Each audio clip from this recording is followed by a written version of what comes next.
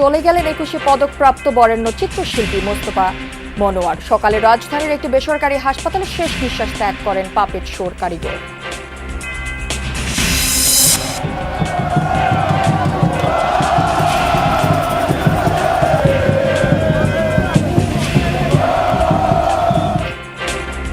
Brazil Japan match ঘিরে সাম্বার ছন্দে মাতোয়ারা হিউস্টন।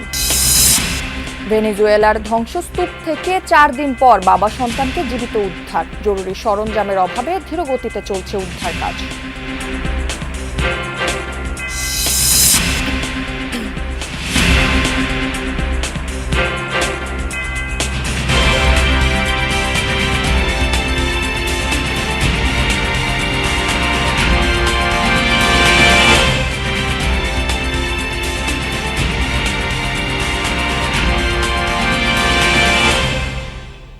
দর্শক আমন্ত্রণ যমুনা নিউজে, আপনাদের সাথে আমি আছি রাহেলা জ্যোতি।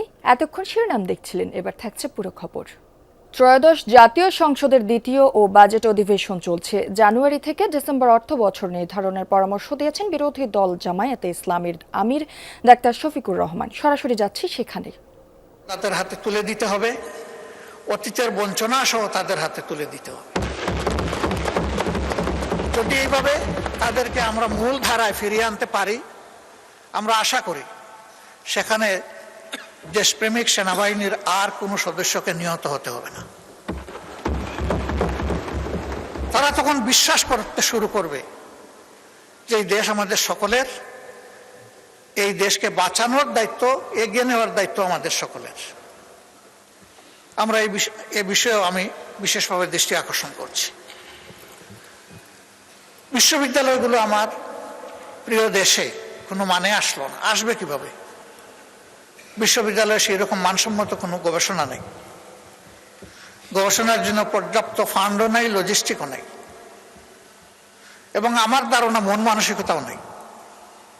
ইচ্ছা থাকলে তো একটা উপায় বের হয়। শিশু কান্না করলে তো মা কিছু দুধ দেয়।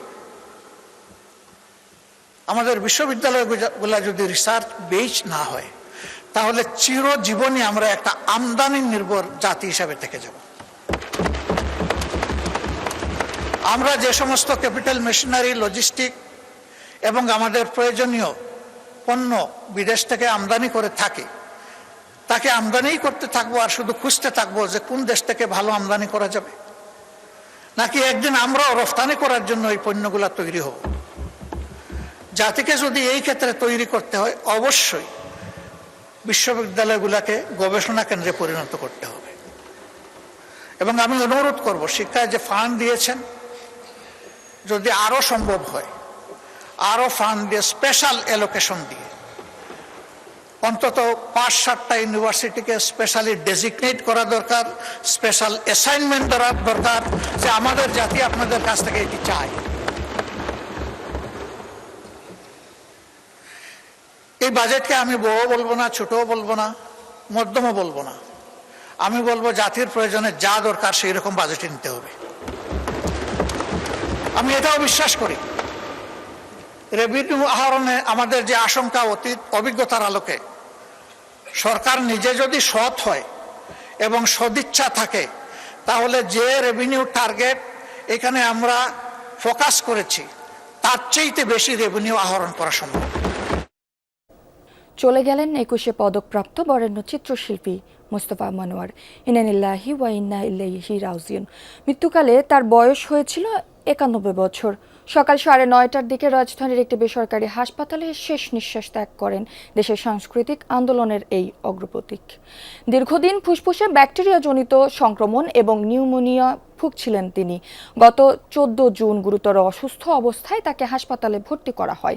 শারীরিক অবস্থার অবনতি ঘটলে আইসিইউতে নেওয়া হয়, তবে চিকিৎসকদের সব চেষ্টা ব্যর্থ করে সকালে চিরবিদায় নেন তিনি। 1935 সালে মাগুরায় জন্ম নেন মোস্তফা মনোয়ার। তার পিতা ছিলেন প্রখ্যাত কবি গোলাম মোস্তফা। চিত্রকলা, টেলিভিশন অনুষ্ঠান নির্মাণের পাশাপাশি বাংলাদেশে পাপেট শো বা পুতুল নাচের শিল্পকে অনন্য উচ্চতায় নিয়ে যান তিনি। শিল্প সংস্কৃতিতে অসামান্য অবদানের স্বীকৃতিস্বরূপ 2004 সালে লাভ করেন 21শে পদক। তার মৃত্যুতে দেশের সাংস্কৃতিক অঙ্গনে নেমে এসেছে গভীর শোকের ছায়া। রাজধানীর স্কয়ার হাসপাতাল থেকে যোগ দিচ্ছেন সহকর্মী তাজনুর ইসলাম। তাজনুর, মোস্তফা মনোয়ারের জানাজা ও দাফন কখন হতে পারে এবং পরিবারের পক্ষ থেকে কি কিছু জানানো হয়েছে কিনা একটু জানাবেন। ঠিক সামনে রয়েছে এবং কিছুক্ষণ আগে অর্থাৎ এখন থেকে 10 মিনিট আগে মোস্তফা মনোয়ারের একমাত্র সন্তান সাদাত মনোয়ার তার সঙ্গে বেশ বিস্তারিত কথা বলছিলাম এই সমস্ত বিষয়গুলো নিয়ে, যেহেতু একেবারেই সকালবেলা 9:30টার সময় স্যার মারা গিয়েছেন এবং সেই জায়গা থেকে এখনও পরিবারের সবাই মিলে আসলে সেই সিদ্ধান্তটা, তবে যেই চিন্তাগুলো তারা করেছেন এখন পর্যন্ত প্রাথমিক যে ভাবনাগুলো সেগুলো আমাদের সঙ্গে শেয়ার করেছেন, যেটি তারা বলছেন যে আজকে ধানমন্ডির বাড়িতে এই প্রখ্যাত মানুষ যিনি আজকে মারা গিয়েছেন মোস্তফা মনোয়ার, তার মরদেহ আজকে ধানমন্ডির বাড়িতে রাখা হবে, যাতে করে গ্রাম থেকে কিংবা বিভিন্ন জায়গা থেকে যেই শুভানুধ্যায়ী স্বজন আত্মীয় যারা আসবেন তারা যেন সেই মরদেহটি দেখার সুযোগ পান এবং এর পরবর্তী সময়ে আসলে আগামীকালকে গিয়ে বাকি পরিকল্পনাগুলো রয়েছে, বিশেষ করে শহীদ মিনারে সবার শ্রদ্ধা জানানোর জন্য তার মরদেহ নিয়ে যাওয়ার যে ব্যাপারটি, সেই আনুষ্ঠানিকতা আগামীকালকের জন্য, অর্থাৎ আজকে সোমবার এবং আগামীকাল মঙ্গলবারের এই পরিকল্পনাগুলোর কথা তারা বলেছেন। একই সঙ্গে পরিবারের তরফ থেকে এখন পর্যন্ত বনানী কবরস্থানে দাফন করার ব্যাপারে এক ধরনের সিদ্ধান্ত বা এক ধরনের চিন্তাভাবনা রয়েছে, সেই কথাগুলো তিনি বলছিলেন। তবে একটি বিষয় যুক্ত করতে চাই যে হাসপাতালের এই প্রাঙ্গণে আমরা কিছুক্ষণ আগে দেখছিলাম যে স্যারের সন্তানদের পাশাপাশি তার স্ত্রীও রয়েছেন এখানে, আমরা কথা বলার চেষ্টা করেছিলাম, তবে সবাই আসলে এই মুহূর্তে খুব কথা বলার পরিস্থিতিতে রয়েছেন, ব্যাপারটি এরকম নয়। একটি কথা সাদাত মনোয়ার অর্থাৎ স্যারের বড় ছেলে বলছিলেন যে এর আগেও এক দফায় তাকে আইসিইউতে নেওয়া হয়েছিল, সেই দফায় তিনি বেঁচে ফিরেছিলেন, বেশ সুস্থ হয়ে উঠেছিলেন এবং জীবনের একেবারে শেষ মুহূর্ত পর্যন্ত তিনি কর্মক্ষম ছিলেন এবং বেশ সক্রিয়তার সঙ্গে নানান রকম দিক নির্দেশনা, নানান রকম কাজকর্ম, বিশেষ করে তিনি যেই ধরনের কাজগুলোর মাধ্যমে বাংলাদেশে অনন্য হয়েছেন সেই বিষয়গুলো সম্পর্কে তিনি বেশ সচেতন ছিলেন একেবারে শেষ মুহূর্ত পর্যন্ত। তবে আজকে সকালবেলার গল্পটা খানিকটা ব্যতিক্রম, সবাইকে আসলে চিরবিদায় জানিয়ে পরপরে পাড়ি জমিয়েছেন প্রখ্যাত চিত্রশিল্পী মোস্তফা মনোয়ার। তাজনুর, আপনাকে ধন্যবাদ। জাপানের বিপক্ষে ম্যাচ দিয়ে আজ নকআউট মিশন শুরু করছে ব্রাজিল। অপরিবর্তিত একাদশ নিয়ে কৌশল সাজাচ্ছেন কোচ কার্লো আনচেলত্তি, তাই শুরুর একাদশে থাকছেন না নেইমার। ব্লু সামুরাইদের হারিয়ে রাউন্ড অফ 16 নিশ্চিতের মিশন সেলেসাওদের। বিপরীতে ব্রাজিলকে টপকে নকআউটের বাধা পেরোতে চায় এশিয়ার পরাশক্তিরা। ম্যাচটি শুরু হবে রাত 11টায়। জাপানের বিপক্ষে ব্রাজিলের সর্বোচ্চ গোলদাতা নেইমার 5 ম্যাচ খেলে করেছেন 9 গোল। তারপরও নকআউটের প্রথম লড়াইয়ে জাপানের বিপক্ষে শুরুর একাদশে থাকছেন না সেলেসাওদের সর্বোচ্চ এই গোলদাতা। আগের ম্যাচে 16 মিনিট খেলে নিজের জানান দিলেও তা যথেষ্ট নয়। অবশেষে নিজের পছন্দের একাদশ খুঁজে পেয়েছেন কোচ কার্লো আনচেলত্তি। ব্রাজিলের ডাগআউটে প্রথমবারের মতো অপরিবর্তিত একাদশ খেলাবেন এই ইতালিয়ান মাস্টারমাইন্ড। আসরে 4 গোল করা ভিনিসিয়াস জুনিয়রকে ঘিরেই সাজবে আক্রমণ ভাগ, সঙ্গী 3 গোল করা কুনিয়া। রাফিনিয়ার বিকল্প হিসেবে রায়ানেই আস্থা আনচেলত্তির। 7 পয়েন্ট নিয়ে গ্রুপ চ্যাম্পিয়ন হওয়া ব্রাজিলের অস্বস্তির কারণও বেশ টাটকা। জাপানের বিপক্ষে 14 দেখায় মাত্র একটি হার, সেটিও কার্লো আনচেলত্তির অধীনে গেল অক্টোবরে। এবার রাউন্ড অফ 16 নিশ্চিতের পাশাপাশি সেই হারের প্রতিশোধ নেয়ার মিশন সেলেসাওদের সামনে। নকআউট পর্বে যে কোনো কিছুই হতে পারে, অতিরিক্ত সময় এবং পেনাল্টি। আমরা সব দিক মাথায় রেখেই প্রস্তুতি নিয়েছি। এই ধরনের ম্যাচে শুধু পা নয়, মস্তিষ্ক ও হৃদয় দুটোই সচল রাখতে হবে। যেহেতু এটি এক লেগের ম্যাচ, তাই ছিটকে গেলে আর ফেরার পথ নেই। তবে আমার ছেলেরা বুদ্ধিমান, তারা জানে এই চাপ কিভাবে সামলাতে হয়। গেল বিশ্বকাপে স্পেন ও জার্মানিকে হারানো জাপান এবারের আসরে রুখে দিয়েছে নেদারল্যান্ডস ও সুইডেনকে। সবশেষ 10 ম্যাচে অপরাজিত এশিয়ার পরাশক্তিরা। এই সময়ে প্রথমার্ধে কোনো গোল হজম করেনি তারা। জাপানের আক্রমণ ভাগে সবচেয়ে বড় 2 তারকা দাইচি কামাদা এবং আয়াসে উয়েদা, দুজনেই এখন পর্যন্ত করেছেন 2টি করে গোল। পাশাপাশি ব্রাজিলের রক্ষণে ভীতি ছড়াতে প্রস্তুত দাইজেন মায়েদা, মিনামিনো ও কেইতো নাকামুরারা। 5 বারের বিশ্ব চ্যাম্পিয়নদের হারিয়ে নকআউটের বাধা টপকাতে চায় ব্লু সামুরাইরা। এই বিশ্বকাপে বরাবরের মতোই ব্রাজিল ট্রফি জেতার অন্যতম দাবিদার। তারা হয়তো আমাদের সেভাবে দেখছে না, তবে আমরা যদি নিজেদের মূল্যায়ন করি, আমরা নিজেদের শিরোপার জন্য ডার্ক হর্স হিসেবে নিজেদের দেখতে চাই। এই মানসিকতা নিয়েই আমরা ম্যাচে নামব। এর আগে 2006 বিশ্বকাপে ব্রাজিলের কাছে 4-1 গোলে হেরেছিল জাপান। এবার সেলেসাওদের গতিশীল আক্রমণাত্মক ফুটবলের বিপরীতে লড়াইটা হবে জাপানের হাই ইন্টেন্সিটি কাউন্টার অ্যাটাকের। নিঃসন্দেহে এশিয়ার বর্তমান পরাশক্তি জাপান, আর তাদের এই উত্থানের নেপথ্যের নায়ক ব্রাজিলিয়ান কিংবদন্তি জিকো। যদিও তার অধীনে 2006 বিশ্বকাপে সেলেসাওদের কাছে হেরেছিল ব্লু সামুরাইরা। 2 দশক পর আবারও বিশ্বমঞ্চে দু দলের দেখা। এবার সেই হারের সুযোগ কি নিতে পারবে Japan? Mujrabin Tarek, Jamuna sports, Houston, যুক্তরাষ্ট্র। টেক্সাসের হিউস্টন যেন এখন এক টুকরো মারাকানা। মাঠের যুদ্ধ শুরুর আগেই সাম্বার তালে কাঁপছে পুরো শহর। একদিকে 5 বারের বিশ্বজয়ীদের হেক্সা মিশন সফল করার হুঙ্কার, অন্যদিকে ফেভারিট ব্রাজিলকে হারের স্বাদ দিতে প্রস্তুত জাপানে ব্লু সামুরাইরা। তবে সেলেসাও ভক্তদের প্রত্যাশা, এবারেই পূরণ হবে তাদের হেক্সা মিশন। মাঠের যুদ্ধ শুরু হতে বাকি ঢিল ছেঁড়া দূরত্ব, কিন্তু টেক্সাসের হিউস্টন যেন এখনই রূপ নিয়েছে এক টুকরো রিও ডি জেনেরিওতে। 5 বারের বিশ্ব চ্যাম্পিয়নদের জয়ধ্বনি আর স্লোগানে মুখরিত চারপাশ।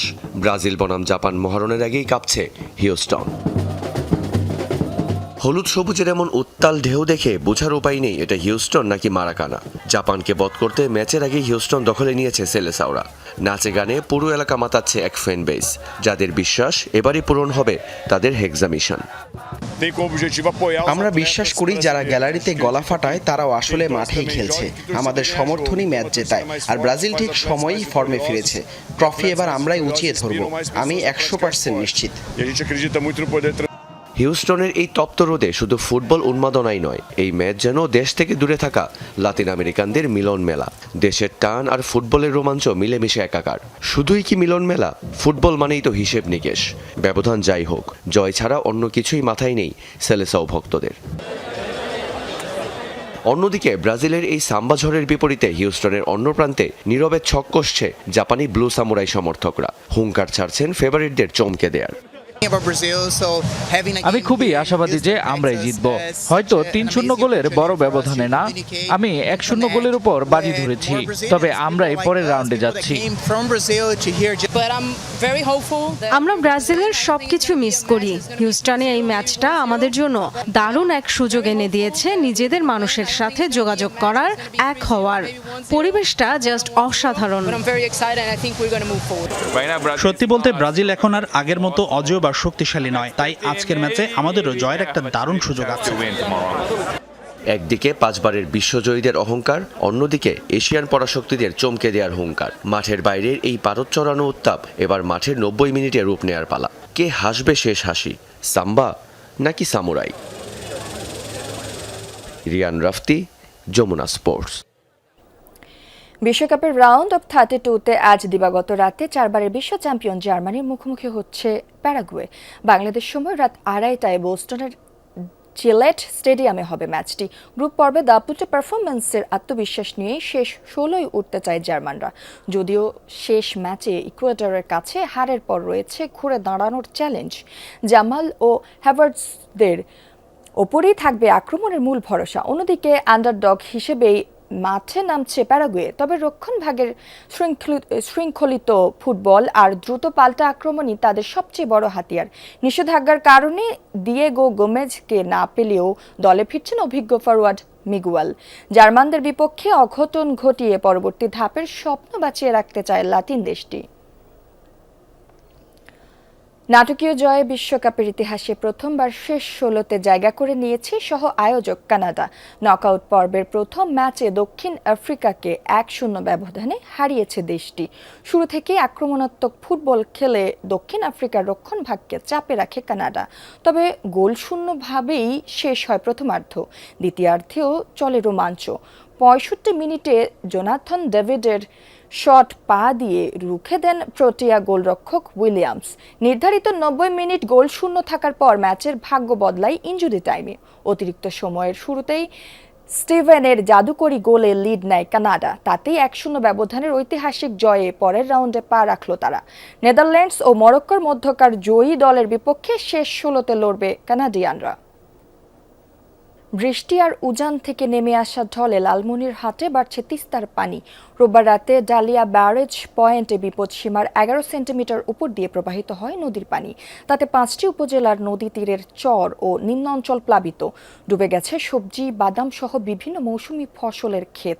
লালমনিরহাট পানি উন্নয়ন বোর্ডের নির্বাহী প্রকৌশলী সুনীল কুমার রায় জানান, আগামী 48 ঘন্টায় নদীর পানি বৃদ্ধি পেয়ে নিম্নাঞ্চলে হতে পারে স্বল্পমেয়াদী বন্যা। পরিস্থিতি নিয়ন্ত্রণে ব্যারেজের 44টি জলকপাট খুলে রাখা হয়েছে।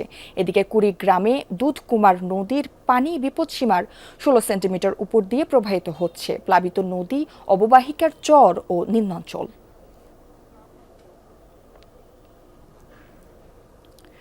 তিস্তার পানি বৃদ্ধি প্রসঙ্গে আরও জানাতে নীলফামারী থেকে যুক্ত হচ্ছেন সহকর্মী আমিরুল হক। আমিরুল, জেলায় কি তিস্তা নদীর পানি বেড়েছে এবং নিম্নাঞ্চলগুলোর কি অবস্থা দেখতে পাচ্ছেন, একটু জানাবেন।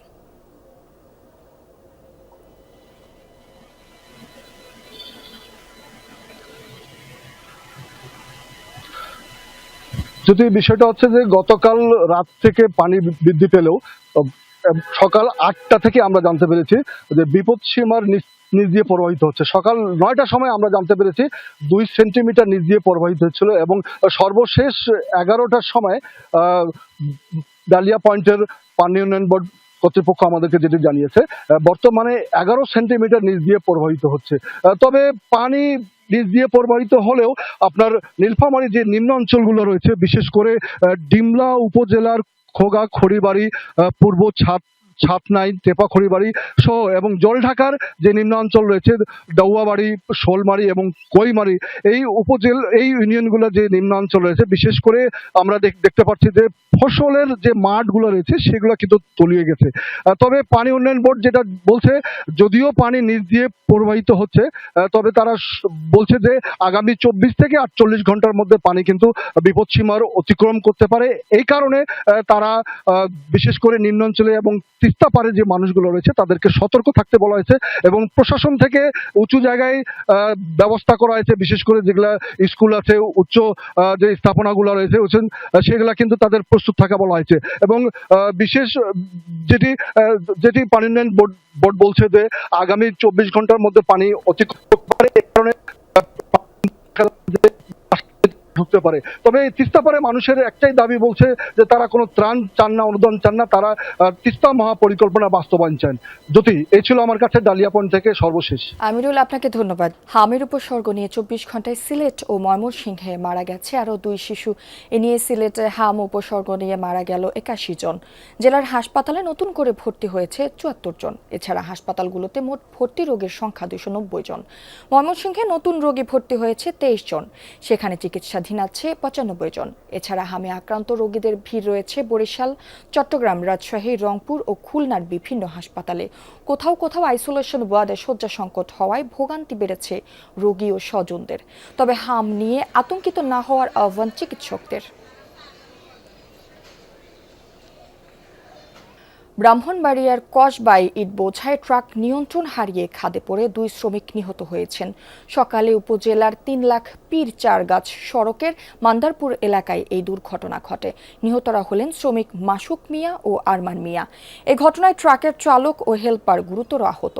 পুলিশ জানায়, একটি ইট ভাটা থেকে পণ্য বোঝাই ট্রাকটি মান্দারপুর চারগাছের দিকে যাচ্ছিল। পথে মান্দারপুর এলাকায় পৌঁছালে যানটি নিয়ন্ত্রণ হারিয়ে সড়কের পাশে খাদে পড়ে যায়। এতে ট্রাকের উপর থাকা 2 জন শ্রমিক ঘটনাস্থলেই মারা যান। তাদের মরদেহ মর্গে রাখা হয়েছে। এদিকে আহতদের উদ্ধার করে হাসপাতালে ভর্তি করেছেন স্থানীয়রা। ভেনেজুয়েলায় জোরালো ভূমিকম্পের 4 দিন পর ধ্বংসস্তূপের মধ্য থেকে বাবা ও ছেলেকে জীবিত উদ্ধার করা হয়েছে। রোববার একটি বিধ্বস্ত ভবন থেকে শ্বাসরুদ্ধকর অভিযান চালিয়ে তাদের বের করে আনে ফরাসি উদ্ধারকারী দল। অভিযানে ছিল মার্কিন সহায়তাকারীরাও। সার্চ ক্যামেরা ব্যবহার করে ধ্বংসস্তূপের মধ্যে প্রাণের সন্ধান পান উদ্ধারকারীরা। প্রাণপণ চেষ্টার মাধ্যমে 2 জনকে উদ্ধার করা হয়। স্যালাইন দিয়ে তাদের দ্রুত অ্যাম্বুলেন্সে করে হাসপাতালে পাঠানো হয়। চিকিৎসকরা জানিয়েছেন, তীব্র পানি শূন্যতা ও প্রচণ্ড দুর্বলতায় ভুগছেন তারা। ভেনেজুয়েলায় জরুরি সরঞ্জামের অভাবে ধীরগতিতে চলছে উদ্ধার কাজ। সহায়তায় কাজ করছে 1600-র বেশি বিদেশি কর্মী। রোববার একদিনেই বের করে আনা হয় 33 জনের মরদেহ। এ পর্যন্ত 1,500-এর কাছাকাছি মরদেহ উদ্ধার করা হয়েছে, নিখোঁজ প্রায় 60,000। এই ছিল যমুনা নিউজে। এতক্ষণ সাথে থাকার জন্য ধন্যবাদ সবাইকে।